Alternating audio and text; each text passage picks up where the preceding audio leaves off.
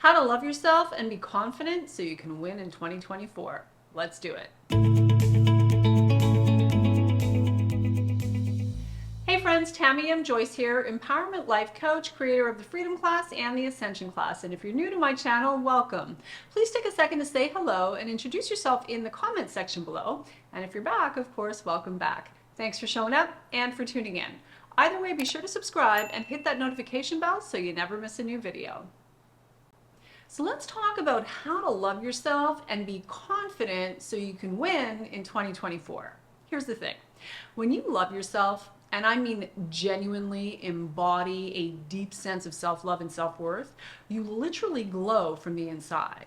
Furthermore, you naturally attract healthy people who not only love themselves, but also have the capacity and the genuine heartfelt desire to love, respect, and appreciate you and all the good that you bring to the table of the relationship. Everything good in life starts with how you feel about yourself. It all starts there.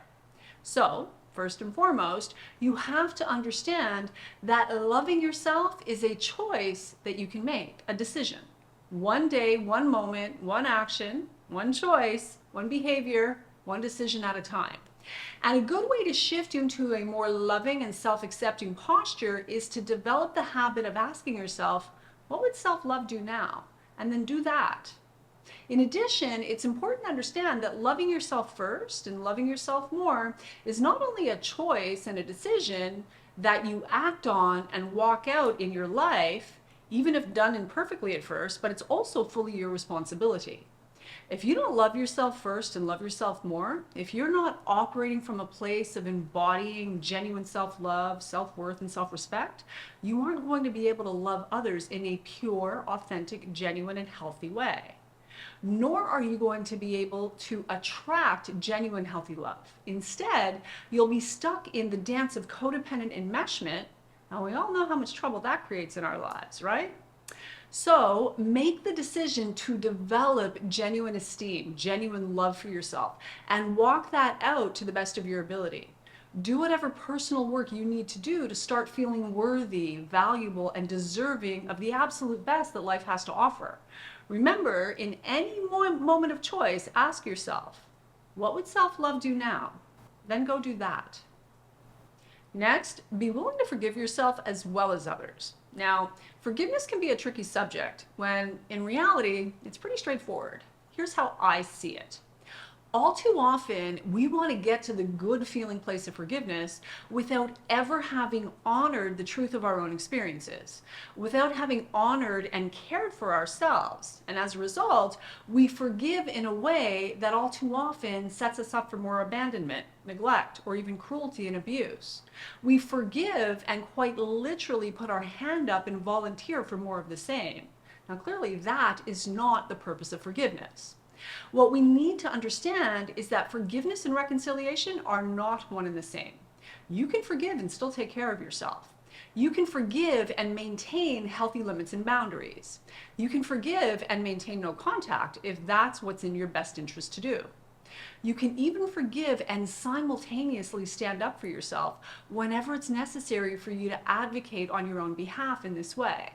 In other words, love and respect yourself, and don't just roll over and take it. Whatever the it is, don't just take it lying down. Self-love and self-worth means you are nobody's doormat, or emotional punching bag for that matter. It's perfectly normal, rational, and quite frankly sane to feel angry and hurt when we've been harmed in any way. Now that said, we don't have to remain angry and resentful in order to protect ourselves and keep ourselves safe. We can feel the full brunt of whatever it is we're feeling, honor ourselves in the truth of our experience, fully process our own emotional reality, deal and heal, and then from that place, in my experience, we will naturally land in a place of forgiveness and peace, quite organically, without giving harmful people a pass over and over while setting ourselves up for more abuse.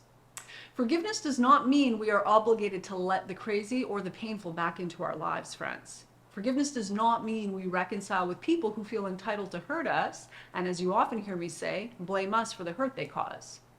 Forgiveness means we will not be held hostage emotionally or otherwise. We choose peace and freedom for ourselves. when we are ready and not a moment sooner. We forgive for us, not them. And we consciously choose to forgive ourselves for all the ways we've dropped the ball or screwed things up. Look, we all have things we do differently if we were given the opportunity to do things over. It's time now to put your ego aside and give yourself some tender, loving care, as well as some grace. Be grateful for the lessons, the growth opportunities, and vow to do better next time.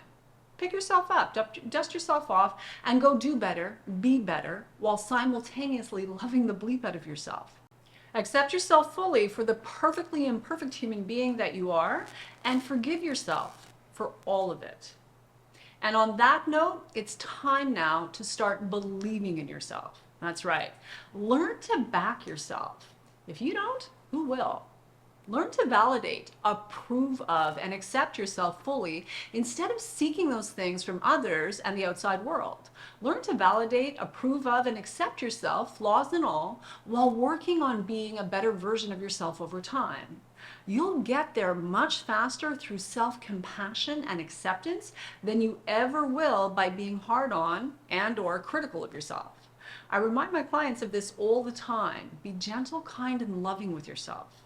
Look for evidence as to why you can and should believe in yourself and your abilities. Journal it out. Get it down in black and white on paper. And believe in your wishes, goals, dreams, and desires. They were put there by the divine with absolute intent that you make them come true.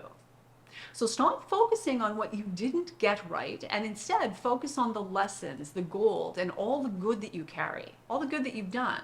What we focus on expands, it grows, literally.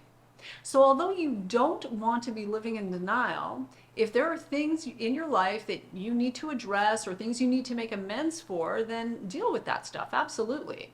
And then pay more attention to what's working and what you have going for you and watch that stuff grow. By doing so, you'll find that progressively more and more so, you have nothing to prove to anyone. Your confidence grows and you feel good in your own skin, magnetic, calm, peaceful, grounded, and you exude a certain kind of clear kind of energy, a certain kind of calm confidence, real confidence, the kind of confidence that leaves a mark, a lasting impression. Next, practice radical gratitude. Gratitude is a powerful manifesting force. The book, The Magic by Rhonda Byrne, 28 Days of Gratitude, it'll change your life. If you haven't read it, I highly recommend it. The thing is, we've been programmed to focus on what's not working, what isn't there, what we don't have. By deliberately shifting our focus to what we can be grateful for, what we do have, what is working, we shift our frequency and we become a match to more of that, more of the good stuff.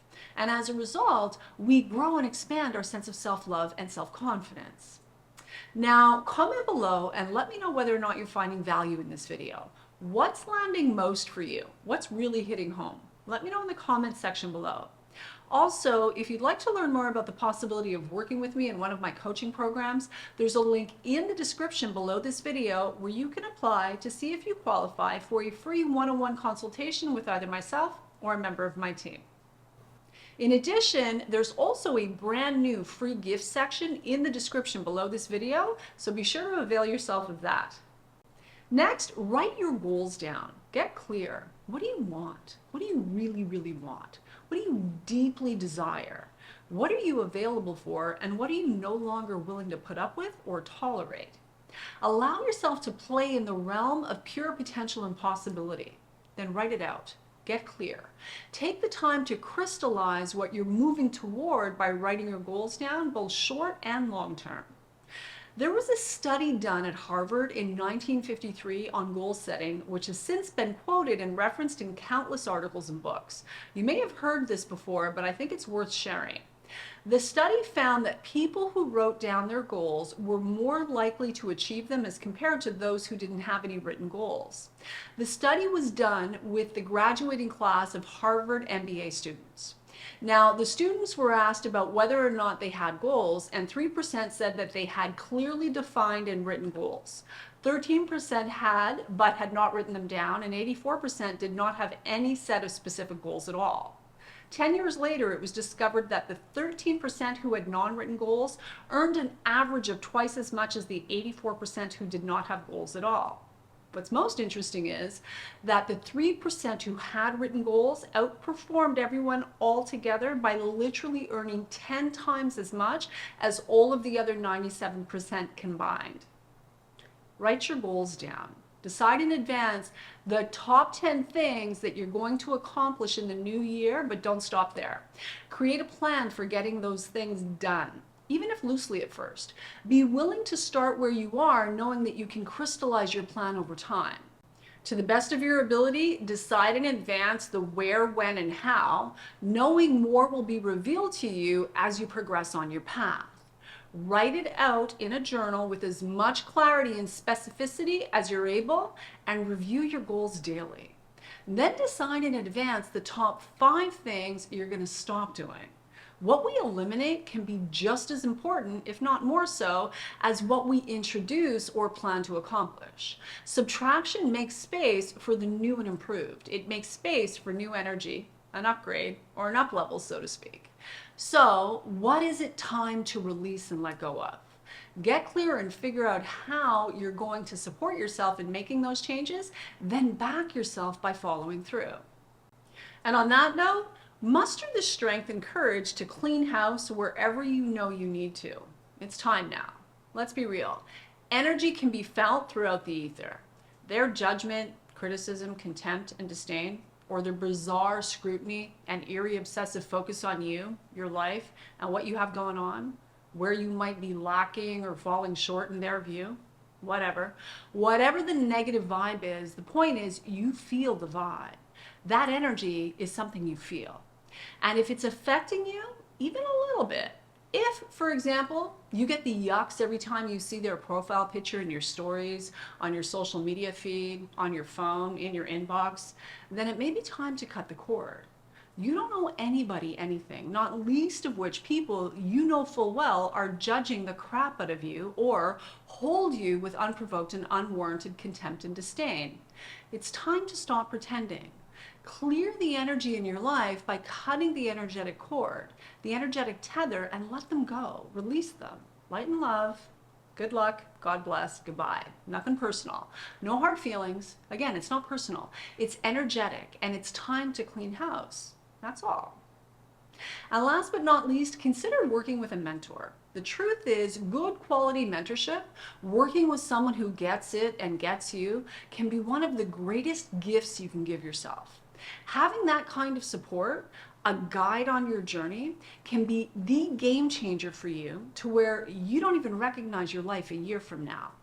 Whether you go so far as to hire a mentor or a coach, or find a counselor at church, a sponsor in an appropriate 12-step fellowship, like for example, CODA, ACOA, or Al-Anon, someone who has what you want. And by what you want, I don't mean the husband, the house, the ring, the car. I mean they're further down the path and they embody who and what you want to become. They have the character traits, the healing, the recovery, the personal development, the clarity, the strength, the peace, the success, the freedom that you desire. Someone who can show you how to get where you want to go in much less time, much more efficiently, in every possible way, than what it will take you to figure out all on your own. Someone to whom you can be accountable. Again, someone who gets it and gets you. Someone who will call you on your stuff with love, kindness, and compassion, of course. With tough love when necessary. Remember, tough love is still love. But they've got you, and they actually care enough to speak the truth into your life. I honestly thank God for the people who had the courage to look me in the eye and tell me the truth, who told me what I needed to hear when I needed to hear it, not what I wanted to hear, but what I needed to hear. These are the people you want in your corner, your circle. People who love you and truly want the very best for you. People who will be your running buddy and your greatest cheerleader. People who have your back. It's time now. And on that note, I'm going to call it a wrap. But before I go, I want to share that the Ascension class is open for enrollment, and I am beyond excited to bring you this next level of growth, expansion, and evolution that is this transformational coaching program. If you want to go deep with me into the work of reinventing yourself from the inside out, then this is for you. Be sure to click on the link in the description below this video to apply to see if you qualify for a free one-on-one consultation with either myself or a member of my team.